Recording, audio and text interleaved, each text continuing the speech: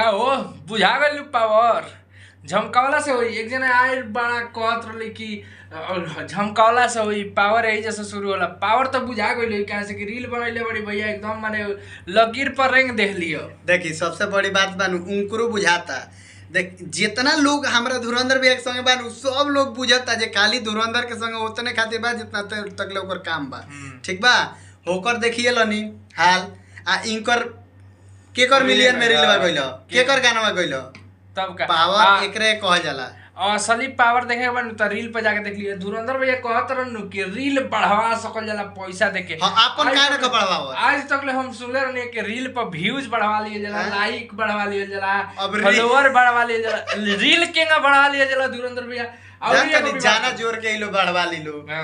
और एगो विवाद चलता है कि अनुपमा यादव वाला विवाद बा भैया हो कि इनकरा के का कहलन कौन वॉइस कहलन सारे कहलन। हमरा के एगो बात बताई उ कौना व्यू से कहले बड़े कौना व्यू से नहीं खेल कहले उ जेकरा के कहले बड़े ओकरा नहीं खे दिक्कत।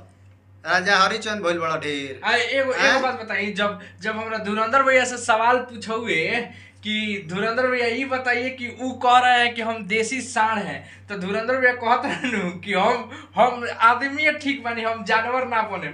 लेकिन जौन इंटरव्यू ले रहे उ का लिखले रहे कि खेसारी शेर का ढाका इंटरव्यू। अच्छा शेर के है शेर के है धुरंधर भैया।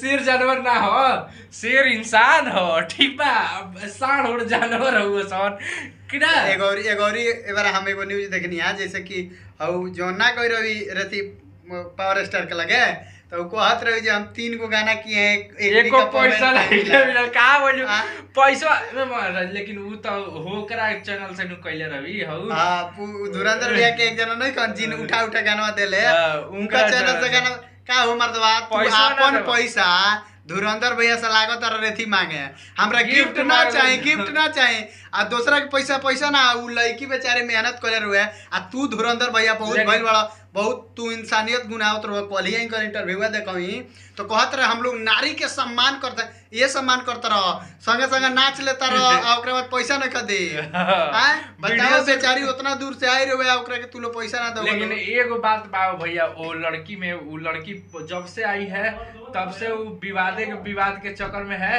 अब विवादे कराना चाहती है। देखिए ओकर प्रश्न माने ओकर मैटर बा ओकर व्यू बा ओकर मैटर हमरा कहे के मतलब नु कि ई लोग पैसा काहे ना देहल उ चाहे ओकर नेचर कुछ हो के उ झगड़ा करे चाहे कुछ पैसा तू भैया काम करवेला तो तारा ओकरा के पैसा देबे के चाहिए।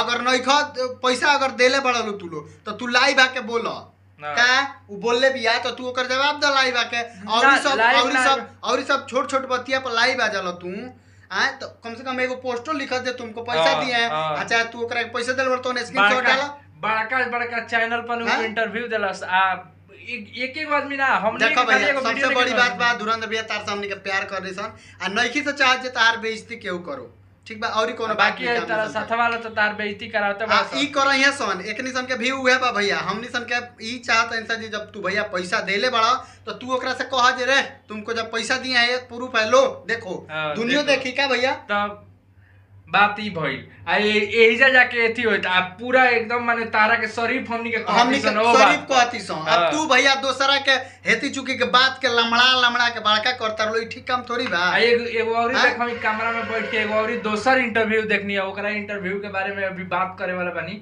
अच्छा से ठीक बा। बाकी वीडियो रे लगे कैसन लागल जरूर बता। लेकिन तू धुरंधर भैया तारा काम बताओ तनी तू पहले लाइव आवा ना तो एगो पोस्ट डालो ओकरा के डाला उ ढेर न्यूज पर बोलत है तो ओकर मुंह तू सही बात तो है अनुपमा यादव के मैटर में जातिवादी करतल नु तो एकदम माने यही में बिलाजी वाला ना भैया जातिवाद के जी कोनो जरूरत नहीं अगर जातिवाद रही तो पावर स्टार अपना संग अनुपमा यादव के गई बना करता जातिवाद लेकिन एगो और बात जान लिया जा पावर स्टार के दिन है अनुपमा यादव के हिट कइले बारे सबसे पहले के माने स्टेज के पहले रहली उ तो स्टेज के रहली स्टेजो में उनका केहू ना जानत रहे पुदीना आई लोग बाजे लोग उनका ठीक बा।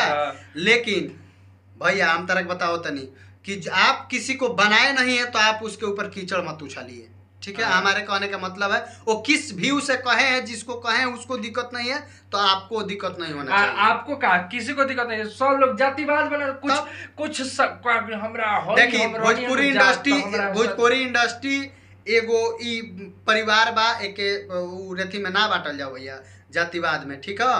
बाकी मेरा तो बाकी अगला मिलता है अगला वीडियो में। वीडियो बताएं हम लोग कैसा लागल, मिलता है। लेकिन भैया तू जवाब दे दियो।